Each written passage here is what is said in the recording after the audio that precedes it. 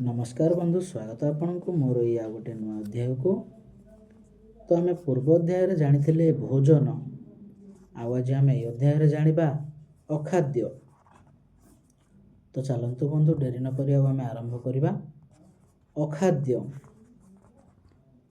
वर्तुलाकार लाउ, धला बैगण ओ पोड़ा भात, कलम शाग प्राण थिबा पर्यंत खाइबा उचित नुहे। एहा छड़ा भातरे सिझिथिबा बैगण खाइबा निषेध। बंधु, आज आम जानिले अखाद्य। मु पुणी थरे आपनକୁ दोहराई दउछि। वर्तुलाकार लाहु, धला बैगण ओ पोड़ा भात, कमल शाग प्राण थिबा पर्यंत खाइबा उचित नुहे। एहा छड़ा भातरे सिझिथिबा बैगण खाइबा निषेध। आज पाई एतिकी। आमे आगामी अध्याय जानिबा आच मन अंत सुधी।